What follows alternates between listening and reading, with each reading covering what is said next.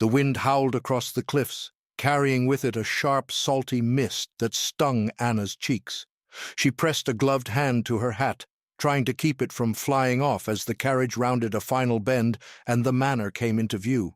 Perched on the very edge of the gray sea, the house looked more like a fortress than a home, its dark stone walls rising harshly against the churning sky. Waves crashed violently below, sending bursts of white spray up the rock face. Anna's heart pounded as she watched the structure grow larger. She tightened her grip on the small suitcase resting on her lap. Inside, she had only a few dresses, a worn hairbrush, and a single letter from her older sister telling her to be brave. The carriage creaked to a stop at the base of a long, curved drive lined with withered hedges. The driver, a stooped man with deep lines carved into his face, climbed down silently and opened her door. Anna stepped onto the gravel, her boots sinking slightly into the wet stones. The wind whipped her skirt around her ankles, tugging at her thin coat. She looked up at the heavy oak doors, her breath catching in her throat. Before she could steady herself, one of the doors swung open. A tall man in a black coat stood in the doorway, his posture rigid. His dark hair was slicked back, and his face was sharp, almost elegant, but his eyes held nothing but cold calculation. He did not speak. He merely watched as Anna climbed the short steps, her suitcase trembling in her grip. When she reached the threshold, he stepped aside and gestured for her to enter. Inside, the manor swallowed her instantly. The hall was dim and cavernous, with a cold draft snaking along the floor. Oil lamps flickered weakly on the walls, illuminating faded portraits of solemn faces that seemed to follow her every move. Anna hesitated just inside the doorway, her eyes adjusting to the gloom. The man closed the door behind her with a deep, echoing thud that seemed to cut her off from the world outside completely. "You are Anna," he said finally. His voice was low and smooth, but each word landed like a stone. She nodded quickly. "Yes, sir." Her voice sounded smaller than she intended, swallowed by the vast hallway. "I am Mr. Calder," he said. "You will care for my mother, Madame Calder. You will speak only when necessary, and you will not enter the West Wing under any circumstances." Anna swallowed hard. "I understand." Mr. Calder studied her face for a moment longer, as if searching for any sign of defiance. Then he turned sharply and began walking down the hall. She followed, her footsteps echoing softly behind his. They passed a narrow staircase spiraling up into darkness, and a heavy wooden door bolted shut at the far end of the corridor. A cold shiver crawled up Anna's spine as she hurried to keep pace. Finally, he stopped outside a small room and pushed the door open. Inside was a narrow bed with a thin gray blanket, a chipped basin on a stand, and a tiny window that looked out onto the restless sea. "This is your room," he said. "You begin tomorrow at dawn." Anna set her suitcase down carefully, her fingers numb. She nodded once more, keeping her eyes lowered. Mr. Calder lingered in the doorway a moment longer, his presence pressing into the small space like a shadow. Then he turned and left, closing the door with a soft, decisive click. Anna sat on the edge of the bed, her hands clenched in her lap. The sound of the waves below beat steadily against the cliffs, a muffled, relentless rhythm that seemed to echo inside her chest. She glanced at the window, the fog already swallowing the horizon. She took a slow breath and touched the letter hidden in her coat pocket. "Be brave," her sister had written. But sitting there in the cold, silent room, with the sea clawing at the rocks below, Anna felt bravery slipping through her fingers like salt water. Anna woke before dawn, the roar of the sea below filling her small room like a low, endless growl. The window was already covered in a fine layer of mist, blurring the horizon into a pale gray smear. She pulled her thin shawl tighter around her shoulders and stood, her feet cold against the stone floor. Every movement felt heavy, as if the air itself resisted her. A soft knock rattled her door. She turned quickly just as it opened, revealing a young housemaid standing in the hallway. The girl's eyes were downcast, her thin hands twisting the edge of her apron. "Breakfast is in the kitchen," the maid said in a voice so small Anna almost missed it. "Mr. Calder wants to speak with you after." Anna nodded, her throat tight. The maid stepped aside, waiting silently as Anna moved past her. The corridor outside was narrow and dim, the oil lamps burning low and casting long, trembling shadows against the stone walls. As she followed the maid down the stairs, Anna noticed the portraits again. The same stern, watchful faces. In the shifting light, they looked almost alive, their eyes glinting as if in silent warning. The kitchen was warmer than the hallways, though the heat felt thin and uneven. A small fire burned in a blackened hearth, its flames licking at a dented iron pot. On a rough wooden table sat a piece of dry bread and a small cup of thin broth. Anna sat slowly, her hands trembling as she picked up the bread. She forced herself to eat, though each bite seemed to turn to dust in her mouth. The maid stood by the door, glancing nervously toward the hallway beyond. Anna tried to catch her eye, but the girl kept her gaze fixed on the floor, her shoulders stiff and tense. When she finished, Anna rose. The maid gestured toward another dark passage. Anna followed, her heartbeat echoing in her ears like distant thunder. Mr. Calder stood at the end of the corridor near a large arched window. Outside, the sea battered the rocks relentlessly, the wind sending sheets of white spray against the glass. He turned slowly when Anna approached, his face carved from shadow. "You begin your duties today," he said, his voice calm but sharp enough to draw blood. "My mother is not to be disturbed beyond your assigned hours. You will prepare her meals, tend to her needs, and leave promptly when finished. You do not enter the West Wing, and you do not approach the cliffs at night." Anna nodded quickly. Her hands were folded tightly in front of her, her fingers digging into her own skin. Mr. Calder's gaze slid over her, cold and measuring. "The house has rules for a reason," he continued. "Those who forget them do not stay long." Anna's mouth went dry. She forced a small, tight nod. Without another word, Mr. Calder turned and walked away, his footsteps echoing down the hall until they were swallowed by the sea's distant roar. Anna stood frozen, staring at the empty space where he had been. The weight of the house settled deeper into her bones, heavy and unyielding. She turned back toward the kitchen, passing the maid again. This time the girl's eyes flickered up for the briefest second. In that glance, Anna saw it, a hollow, terrified knowing, as if they both already understood how this place could swallow a person whole. The morning air in the manor felt thick and damp, as though the sea had crept into the walls overnight. Anna carried a small tray carefully down the hall, her fingers wrapped tight around its edges. The hallway leading to Madame Calder's room was lined with heavy curtains and narrow windows that let in only thin slashes of gray light. The oil lamps flickered, their weak flames struggling against the draft that whispered along the floor. Anna paused outside the door, her breath catching. On the tray sat a simple meal, thin porridge, a small slice of bread, and weak tea. She knocked lightly. No answer. She pushed the door open slowly. The room beyond was larger than her own, but colder. A canopy bed stood against the far wall, its curtains half drawn. Near the window, in a high-backed chair, sat Madame Calder. Her thin hands lay motionless in her lap, her head bowed slightly beneath a shawl that looked too heavy for her frail frame. Anna stepped forward cautiously. The floor creaked under her weight, and Madame Calder's head turned just slightly. Her eyes, milky with age, lifted and fixed on Anna with a sharpness that seemed impossible for someone so fragile. Anna set the tray down on a small table beside the chair. "Your breakfast, madame?" she whispered. The old woman didn't speak. Her gaze held Anna, unblinking, as though weighing her worth with each silent second. Then, slowly, Madame Calder shifted her hand toward the tea. Her fingers trembled so badly that Anna instinctively stepped forward to help, but the old woman flinched, a low hiss escaping her lips. Anna stopped at once, drawing her hands back. She watched as Madame Calder's shaking fingers finally closed around the cup. It rattled softly against the saucer as she raised it, her eyes never leaving Anna's face. In that frozen moment, Anna felt the entire house pressing in around her. The echo of the sea below, the distant groan of old beams, and the hush that seemed to grow thicker with each breath. Madame Calder set the cup down again and turned her face back toward the window. Anna stood waiting, unsure whether to remain or leave. Finally, with an almost imperceptible flick of her wrist, Madame Calder gestured toward the door. Anna backed away slowly, her heart thudding in her chest. She closed the door behind her as quietly as she could, then leaned against it for a moment, fighting the urge to collapse.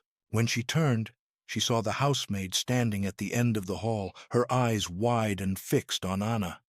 The girl looked as if she might speak, but instead she lowered her head quickly and disappeared into the shadows. Anna made her way back toward the kitchen, her legs weak beneath her. Every step felt deliberate, as though the house demanded she move exactly as it wished. In the corridor, she passed the door to the west wing. The heavy wood was marked with deep scratches near the handle, as though someone had once tried desperately to claw their way out, or in. Anna's breath caught. She forced herself to keep moving, her eyes locked on the floor. Back in her small room, she sat on the edge of her bed, her hands pressed together so tightly her knuckles ached. Through the small window, she could see the cliffs beyond, the sea thrashing against the rocks like a trapped animal. Anna pressed her forehead against the glass, her breath fogging the pain. Already the house felt like it was inside her, cold, watchful, and waiting. The night came early on the coast. By late afternoon, the gray sky deepened into a bruised blue, and the wind screamed around the manor walls like a living thing. Anna lit the small oil lamp in her room, the weak flame casting long, shivering shadows against the stone walls. She sat at the edge of her bed, staring at the small book of poems she had brought from home, its pages still untouched since her arrival. A sudden noise in the corridor made her jump, a sharp, hurried shuffle, followed by a low, stifled sob. Anna stood quickly, pressing her ear to the door. Silence. Then another sob, even softer, drifting past her room like a ghost. She opened the door a crack and peered into the dim hallway. The housemaid was there, her small figure barely visible as she knelt near the base of the west wing door. Her thin shoulders trembled violently, and she clutched something to her chest. A small, dark bundle Anna couldn't quite make out. Anna's breath caught. She knew she should close the door, retreat, obey the rules. But something stronger pulled her forward. She stepped out quietly, her bare feet cold on the stones. The maid didn't notice her approach until Anna was just a few steps away. She flinched and turned, her eyes wide with terror. The bundle in her arms was pressed tighter against her chest. Anna raised her hands slowly. "I'm not going to tell," she whispered. "What happened?" The maid shook her head frantically, tears streaking down her pale cheeks. She glanced at the west wing door, then back at Anna, her lips moving soundlessly as if trying to form words she had long forgotten how to say. Anna reached out, but the maid shrank back, her whole body curling around the bundle protectively. Then, without warning, the maid stood and fled down the hallway, her steps silent but desperate. Anna stood frozen, staring after her until the shadows swallowed her completely. She turned her gaze back to the west wing door. In the flickering light from her lamp, she noticed deep scratches on the wood, as if nails or a sharp object had once raked across it violently. She stepped closer, her fingers hovering just above the marks. A sudden cold draft slipped under the door, snaking around her ankles and crawling up her spine. Anna pressed her hand to her chest, her heart hammering. She forced herself to turn away, her eyes burning. She hurried back to her room, closing the door behind her with shaking hands. She leaned against it, listening to the echo of the wind outside and the house's slow, heavy breathing within the walls. That night, Anna did not sleep. She lay curled on her bed, clutching the book of poems to her chest like a charm against the darkness. In the silence, she heard it again, a faint sobbing, drifting through the hallways, weaving between the rooms like a thin, invisible thread. She pressed her face into the blanket, her mind replaying the maid's haunted eyes and the scratches on the forbidden door. Anna understood now. The rules were not meant to protect her.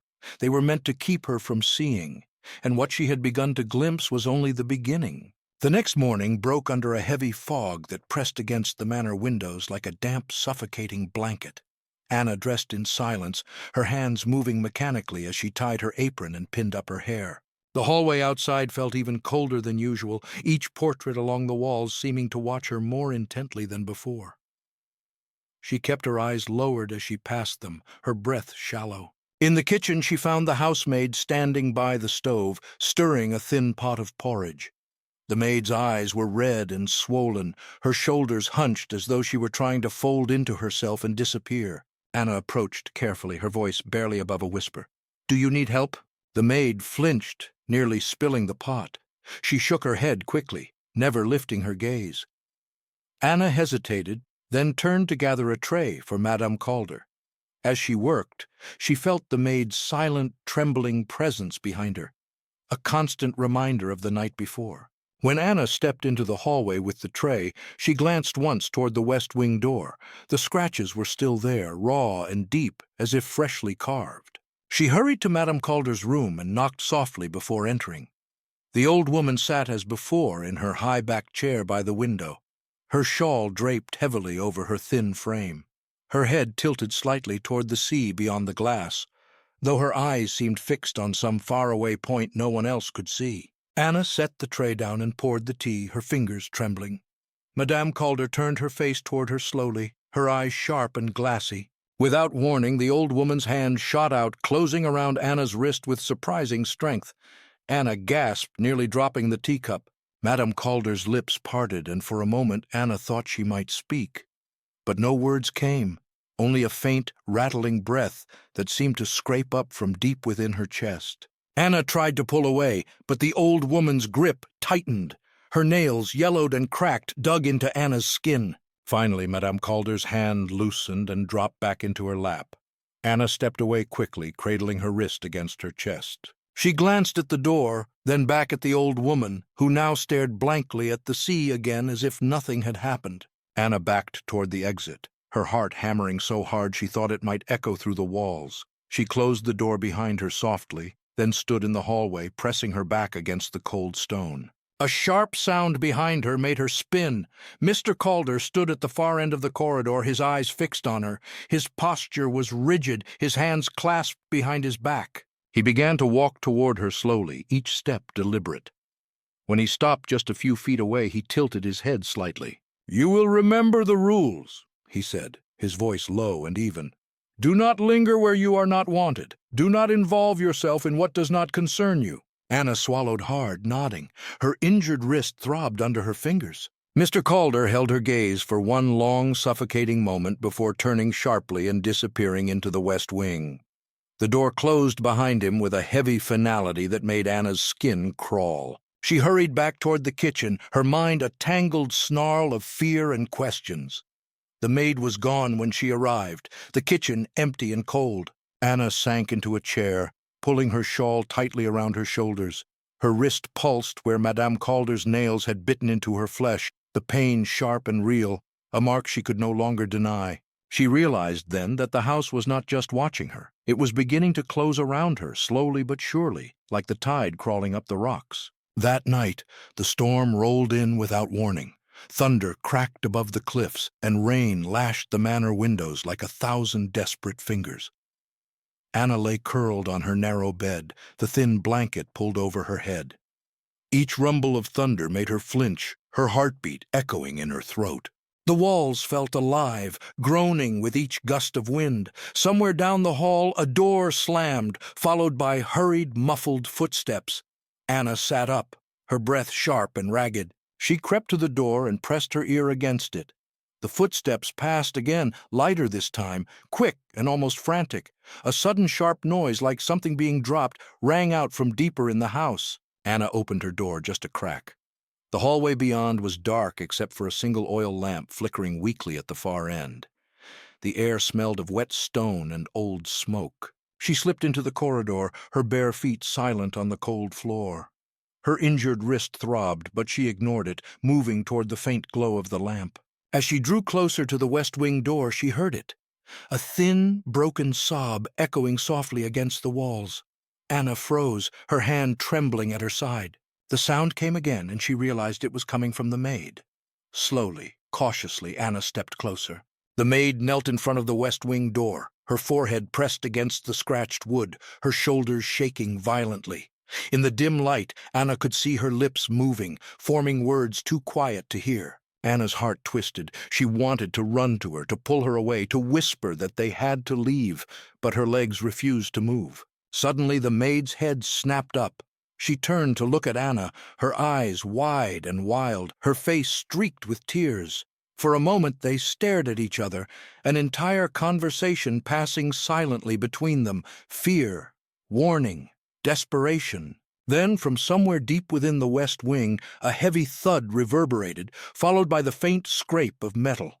The maid let out a strangled gasp and scrambled to her feet, backing away from the door. Anna reached for her, but the maid shook her head violently, backing further into the shadows. She disappeared around a corner, her sobs fading into the roar of the storm outside. Anna stood alone in the hallway, her pulse hammering in her ears. She turned slowly to face the west wing door. The scratches seemed deeper in the flickering light, the wood splintered and dark as if stained by something more than time. She stepped closer, her hand hovering just above the handle. Another thud echoed from beyond the door, and she stumbled back, nearly falling. A sudden sharp noise behind her made her spin. Mr. Calder stood at the far end of the hall, his face half hidden in shadow. Even from the distance she could feel the cold fury radiating from him. They locked eyes. Anna's breath caught in her chest, her body frozen. Mr. Calder took one slow step forward, then another. Without thinking, Anna turned and fled down the hallway, her feet slipping on the wet stone floor. She didn't stop until she reached her room, slamming the door and throwing the flimsy latch into place. She collapsed against the door, her chest heaving, her wrist throbbing painfully beneath her shawl. Outside, the thunder roared louder, rattling the glass in the tiny window. Anna pulled her knees to her chest, pressing her forehead against them. She realized, with a cold clarity that cut deeper than the storm outside, that she had crossed a line tonight. Whatever waited in the West Wing was no longer just a rumor or a distant threat. It was awake, and it knew her now. Anna did not sleep that night. She sat on the floor by her door, her head resting against her knees, listening to the storm rage outside. Each crack of thunder felt like it shook the entire manor, and in between, the silence was even worse. Heavy, watchful, alive. When the gray light of dawn finally bled across the sea, Anna's body felt hollow, her thoughts sharp and splintered. She forced herself up, her movements stiff and hesitant. She opened her door slowly and peered into the corridor. The air smelled of damp stone and burnt oil. The hallway was empty, but every shadow felt like a threat. She made her way toward the kitchen. As she passed the west wing door, her eyes caught on something new. A thin, dark smear on the floor, leading away from the door and disappearing around the corner. Her breath caught, but she forced herself to keep walking. In the kitchen, the maid stood at the table, her back to Anna. Her shoulders were hunched and her hair fell loose around her face. Anna stepped closer, her voice barely a whisper. "Are you all right?" The maid flinched so violently that the knife in her hand clattered to the floor. She turned slowly, her eyes wide and rimmed with red. For a moment she looked as though she might collapse. Anna reached out carefully. But the maid shook her head, pressing her back against the wall. Her lips parted, and this time words came out. A strained, cracked whisper. "You have to leave before he chooses you too." Anna's blood turned to ice. "Who? Mr. Calder?" she breathed. The maid's eyes darted wildly toward the door, then back to Anna. Her mouth worked silently for a moment, as though trying to push out words that wouldn't come. Finally she rasped, "The West Wing? He doesn't let them leave." Anna's mind reeled. The ledger of names, the scratches on the door, the muffled sobs in the night, all of it snapped into place with terrifying clarity.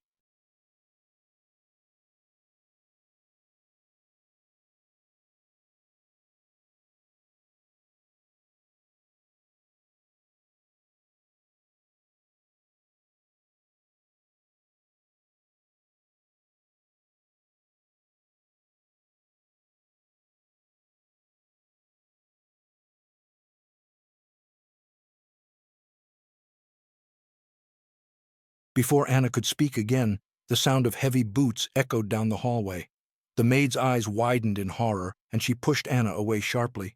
Mr. Calder stepped into the doorway. His gaze swept over them, slow and deliberate. His eyes landed on Anna, and his lips curled into a small, tight smile that made her stomach twist.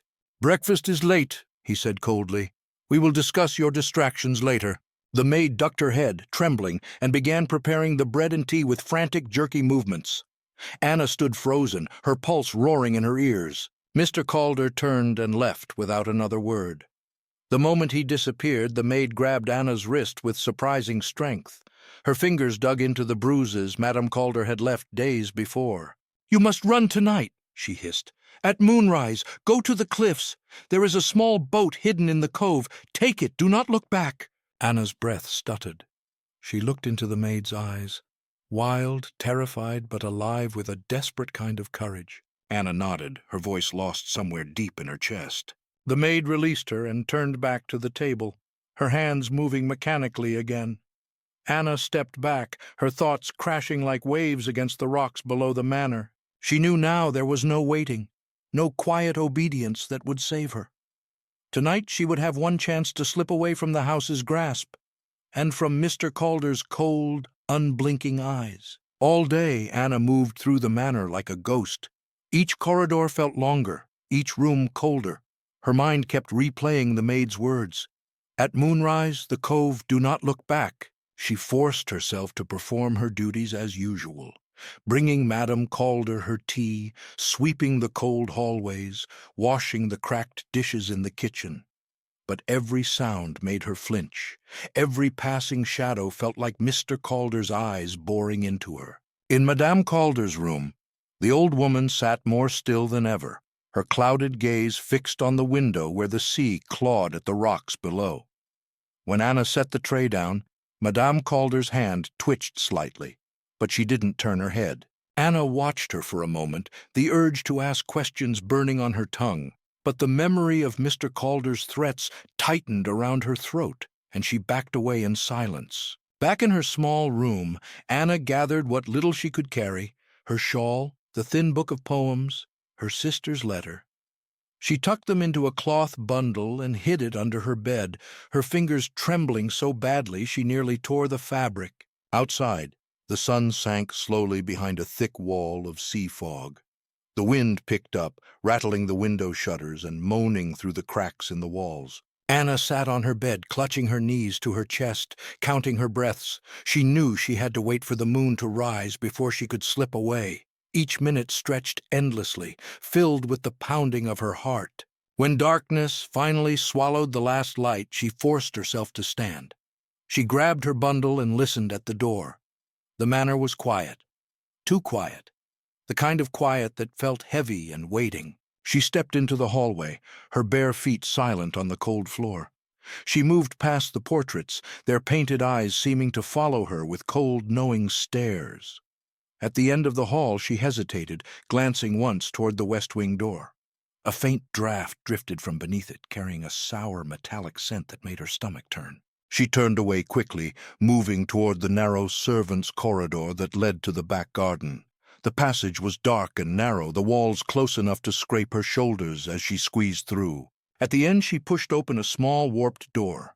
The night air hit her face like a slap, cold, sharp, alive. Above her the moon hung low and heavy over the churning sea, its pale glow bleeding through the fog. Anna clutched her bundle to her chest and ran. The grass was slick with dew, the wind tearing at her hair and skirts. She did not dare to look back, not even once. She reached the garden gate and slipped through, her breath ragged, her legs weak. Beyond the gate, a narrow rocky path twisted down toward the cliffs. Somewhere behind her a door slammed. A voice rang out across the garden, sharp, furious, unmistakable. "Anna!" She stumbled, her foot sliding on wet stone, but she pushed forward, forcing her body down the path, the sound of her name echoing behind her like a curse. She could already hear the waves crashing below, louder now, almost welcoming. Tonight, she had only one chance. And even as fear clawed at her spine, a fragile flame of hope burned just ahead, waiting at the edge of the sea. Anna's feet slid dangerously on the slick stones as she scrambled down the narrow path toward the cliffs. The roar of the sea grew deafening, echoing up the rocks like 1,000 distant voices. The cold wind tore at her hair, whipping it across her face in wet, stinging lashes. Behind her, she heard him, Mr. Calder's voice cutting through the fog, sharp as a blade. "Anna, stop at once!" Her lungs burned with each ragged breath, her legs threatening to give way beneath her. She forced herself to keep moving, one trembling step at a time. A sharp turn in the path opened suddenly into a small cove, half hidden by jagged rocks. Moonlight spilled across the water, turning the waves into a shifting silver veil. Anna's eyes scanned desperately. Then she saw it. A small wooden boat tethered beneath an overhang, rocking violently against the stones. The rope was frayed and dark with seaweed, but it was there. Her last chance. She stumbled forward, dropping to her knees beside the boat. Her fingers fumbled with the knot, slick with seawater and shaking so badly she nearly dropped it. Above her, heavy footsteps pounded closer. A faint glimmer of lantern light swung wildly through the fog at the top of the path. Mr. Calder's silhouette appeared, rigid and monstrous against the sky. "Anna!"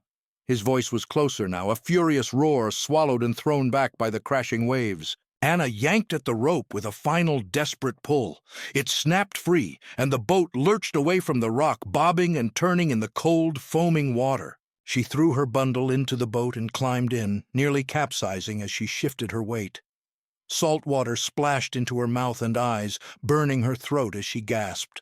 Mr. Calder appeared at the edge of the rocks, his lantern throwing mad, swinging shadows across the cove. His face twisted in rage as he watched her push off into the dark sea. "Come back!" he shouted, stepping dangerously close to the edge. His coat flared in the wind, and for one terrifying moment, Anna thought he might leap down after her. But he stayed frozen, the lantern quivering in his hand. Anna gripped the small, weather-worn oar and pushed the boat further into the open water. Each wave threatened to tip her, but she fought against them, her arms shaking with effort and terror. She looked back once. Just once. Mr. Calder's figure shrank in the fog, his shouts fading beneath the roar of the sea. The lantern light flickered, then vanished completely. Anna turned forward again, her teeth chattering violently. The cold gnawed at her bones, but each painful stroke of the oar carried her further away from the cliffs, further from the house that had swallowed so many before her. The moon glowed above, a pale and distant witness to her flight. Anna did not know where she would land, or if she would survive the night's waves, but she knew one thing, with a clarity sharper than any blade. She was no longer in his grasp. For the first time since arriving at the manor, she felt the fragile breath of freedom on her lips. Salty, sharp, and impossibly real. Anna rowed until her arms felt like they would tear from their sockets. The small boat rocked violently with each wave, salt water crashing over the sides and soaking her clothes to her skin. The icy water bit into her bones, numbing her fingers until she could barely grip the oar. She paused for a moment, gasping for breath, her head dropping forward. Her soaked hair clung to her cheeks, and each shallow inhale burned in her throat. The moonlight flickered across the dark water, pulling long silver ribbons that shifted and vanished as quickly as they appeared. Behind her, the cliffs had all but disappeared into the fog. No light, no voice, no sign of Mr. Calder, only the endless black sea and the soft, distant moan of the wind. Anna forced her eyes open and scanned the horizon. Far ahead, she thought she saw a faint smudge of darker shape. Maybe land, maybe just another curl of fog. She had no way to know. Her mind drifted in and out of focus, memories slipping across her vision like thin shadows. The maid's terrified eyes, the deep scratches on the west wing door, Madame Calder's claw-like fingers wrapped around her wrist. A shudder ran through her body, and she gripped the oar again, pushing forward even as her muscles screamed. Each stroke felt weaker than the last, but the thought of turning back, of hearing his voice behind her again, pushed her on. At some point, the boat drifted into a calmer patch of water, the waves flattening beneath the moon's cold glow. Anna collapsed onto the floorboards, her arms curled around her bundle. Her breath came in soft, broken sobs. She stared up at the night sky, at the pale stars smeared behind the drifting fog. The sea rocked her gently now, almost like a cruel lullaby. She closed her eyes, her fingers digging into the damp wood beneath her. She thought of her sister's letter, the word brave echoing again and again in her head. She had not felt brave. She had felt only terror, like an animal caught in a trap. But now, floating here alone, the word felt different, heavier, closer to true. Anna did not know how long she lay there. Hours might have passed, or mere moments. But as the first weak light of dawn began to creep across the horizon, she forced herself up again. She looked ahead and saw it, a thin, jagged line against the water, land. Her heart jumped painfully in her chest. She grasped the oar with trembling hands, forcing the boat forward once more. Every stroke pulled her closer to that faint line, her breaths turning into ragged gasps of determination. The waves began to rise again, pushing and pulling at the small craft as if trying to claim her one last time. But Anna held on, her eyes locked on the dark shape ahead. As the first pale glow of morning spread across the water, she felt something she had not dared to believe possible. Hope. It was fragile, raw, and burning in her chest like a tiny flame. But it was alive, and so was she. The boat scraped against the rocky shore just as the first pale light of morning painted the sky a weak gray. Anna collapsed forward, her fingers clawing at the cold, wet stones. Her arms felt useless, her muscles burning and trembling violently. For a long moment she lay there, her cheek pressed against the rough rock, listening to the waves drag the boat back and forth behind her. The salt spray stung the cuts on her hands and face, but she barely noticed. When she finally pushed herself upright, her legs buckled beneath her. She crawled up the narrow strip of beach on her hands and knees, each breath a ragged, shuddering gasp. The world swayed around her, the edges of her vision shimmering with exhaustion and cold. At the edge of the rocky shore, a small patch of coarse grass clung to the earth. Anna collapsed there, curling into herself, her arms wrapped around her damp bundle. The letter from her sister pressed against her ribs, a silent anchor in the roaring void of her mind. She pressed her forehead into the ground, the taste of salt and earth on her lips. She did not know where she was, or if she would find help, or even if she could rise again. But she was no longer in the Manor, no longer under Mr. Calder's watchful, hollow gaze. That single thought shimmered through the pain and fear like a thin golden thread. Above her, seagulls screamed into the wind, circling lazily over the jagged cliffs. Beyond them, the sea stretched out endlessly, its surface a restless, shifting gray. Slowly, Anna forced herself to sit up. The wind caught at her hair, pulling it across her face in salty strands. She pushed it back and scanned the coastline. In the distance, she saw what looked like a thin line of smoke rising behind a low hill. A chimney, maybe, or a fisherman's hut.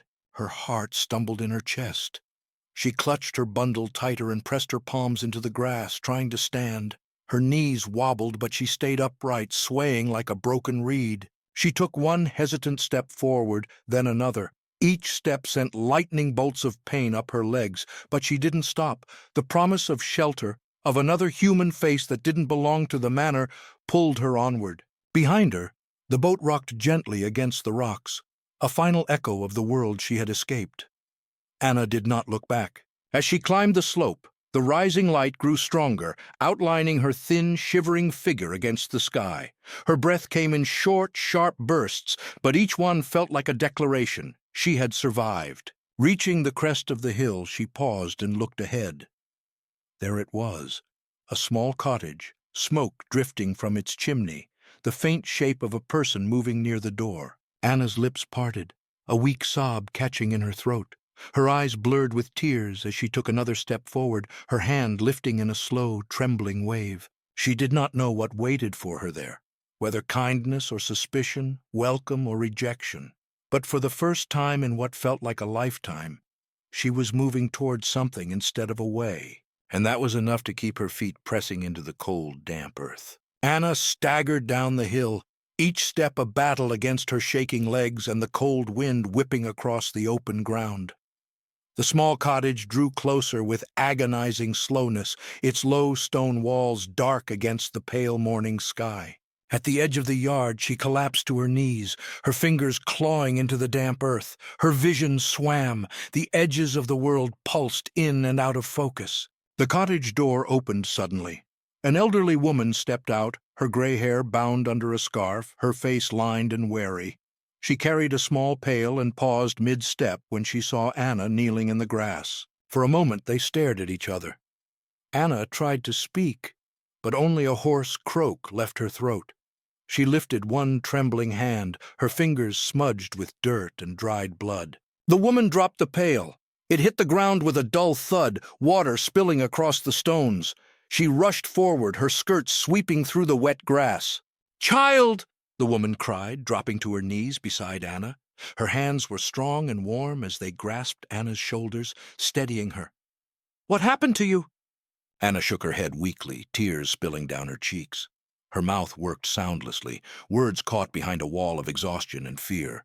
The woman glanced quickly over Anna's face and clothes, the torn dress, the bruises, the salt-soaked shawl, and her expression softened into something like fierce determination. "Come inside," she said firmly, slipping an arm around Anna's waist. "You're safe now, you hear me? You're safe." With the woman's help, Anna stumbled to her feet and half fell through the cottage door. The warmth inside swallowed her instantly, the scent of burning wood, herbs, and old wool wrapping around her like a heavy blanket.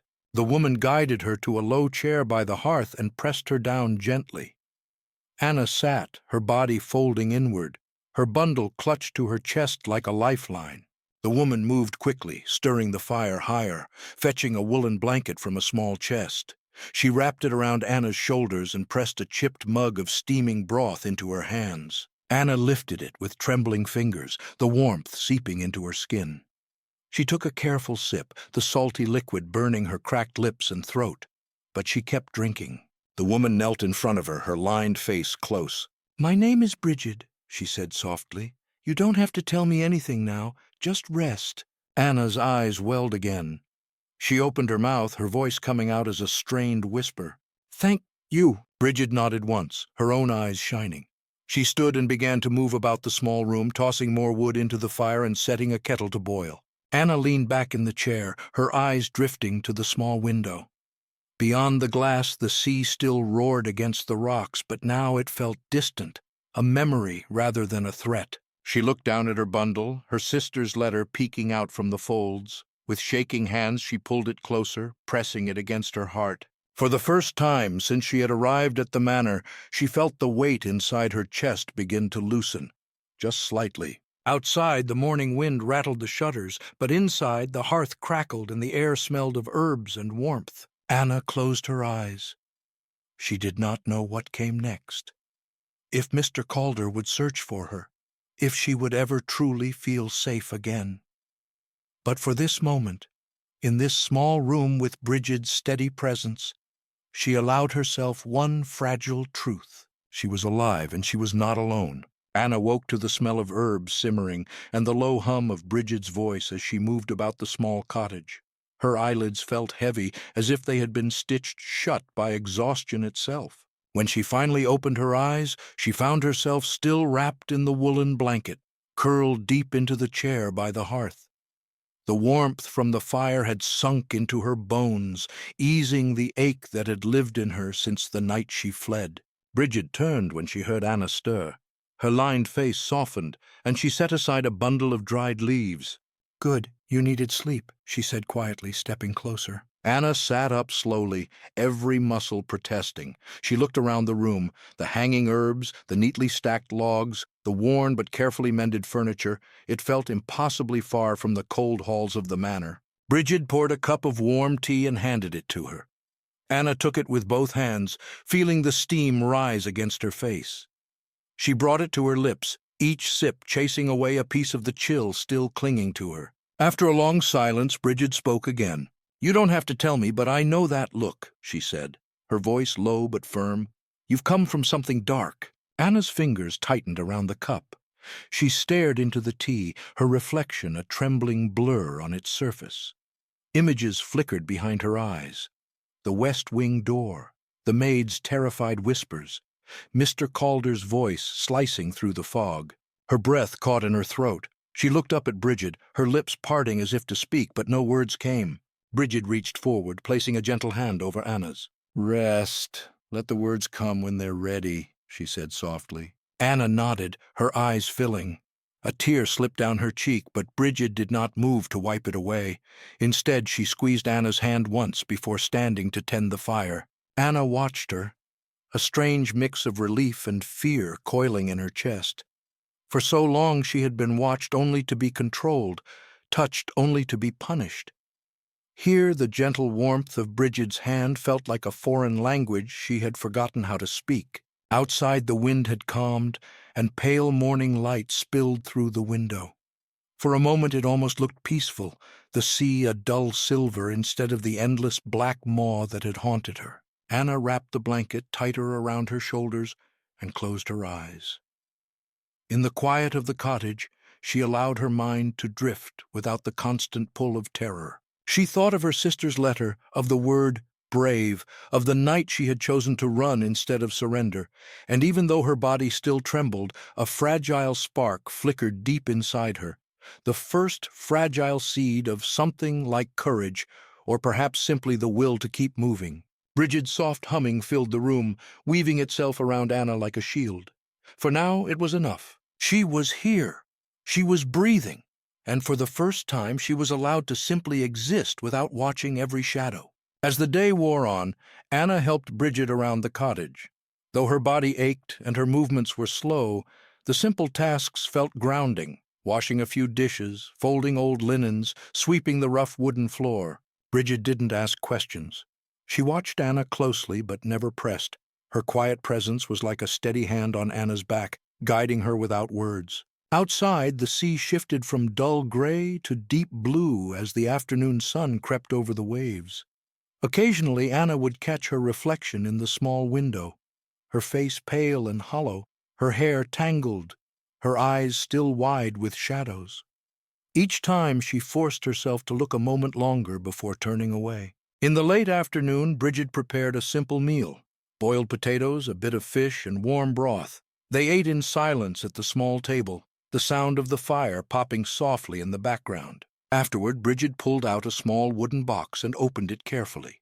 Inside were thin candles, worn rosary beads, and a few scraps of folded paper. She set the box on the table and turned to Anna. "These," she said quietly, "are prayers and promises, for the lost, for the wandering." Anna's gaze drifted over the items, her fingers twitching at her side. Bridget picked up one of the papers and unfolded it, revealing a line of delicate, slanted writing. "They were left by others," Bridget continued, her voice soft. "Women who came here before you. Some stayed, some moved on, but they all carried pieces of what haunted them." Anna's throat tightened. She reached out slowly, brushing her fingertips over one of the folded scraps. The paper felt fragile, like a moth's wing, and she drew her hand back quickly, afraid she might tear it. Bridget studied her quietly, then reached into the box again. She pulled out a small stub of a candle and placed it in Anna's palm.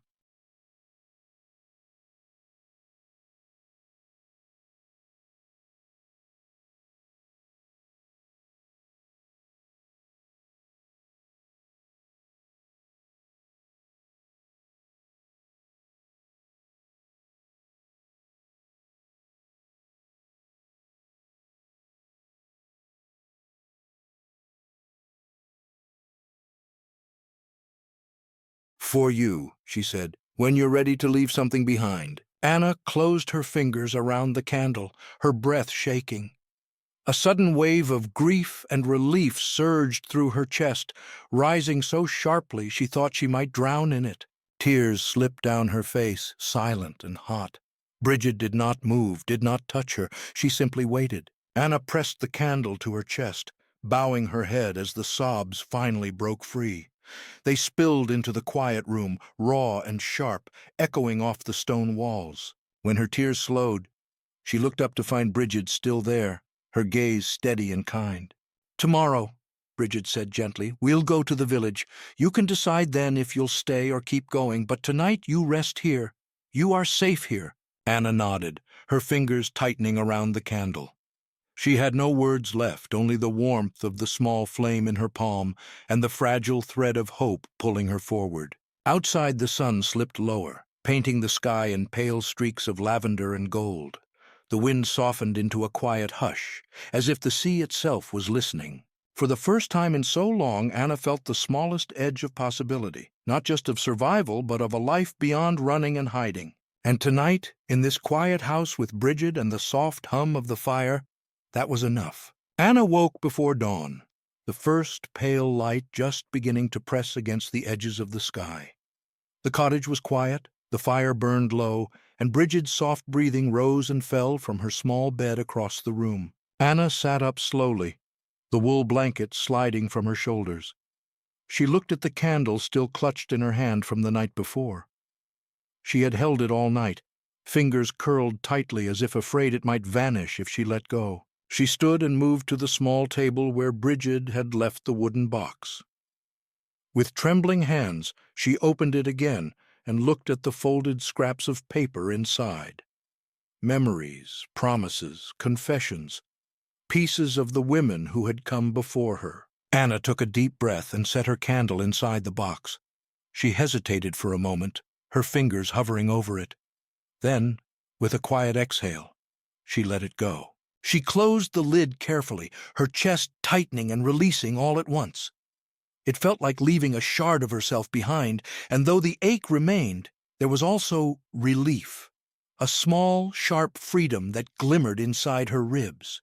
Bridget stirred and sat up, her hair loose around her face.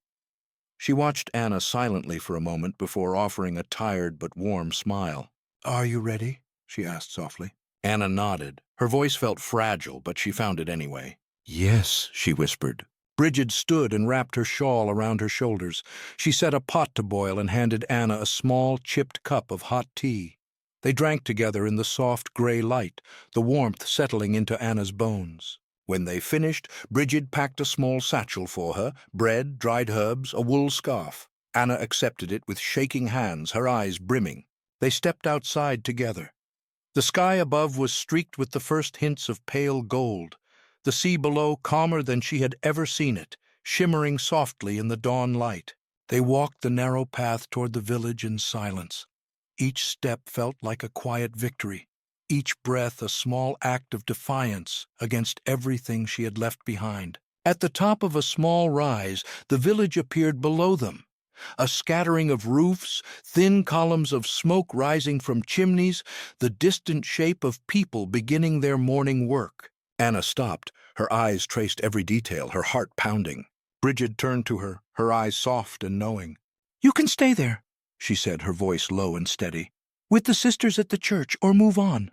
The choice is yours now." Anna looked at her, her lips trembling. Then slowly she nodded.